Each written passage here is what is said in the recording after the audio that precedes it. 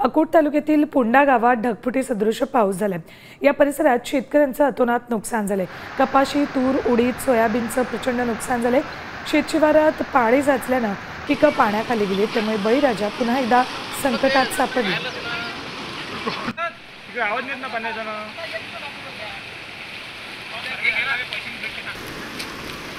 आज पुंडा परिसरात जो ढगफुटी सदृश पाऊस झाला त्यामुळे बळीराजाचे अतोनात नुकसान झाले आहे। त्यामुळे बळीराजा संकटात सापडलेला आहे।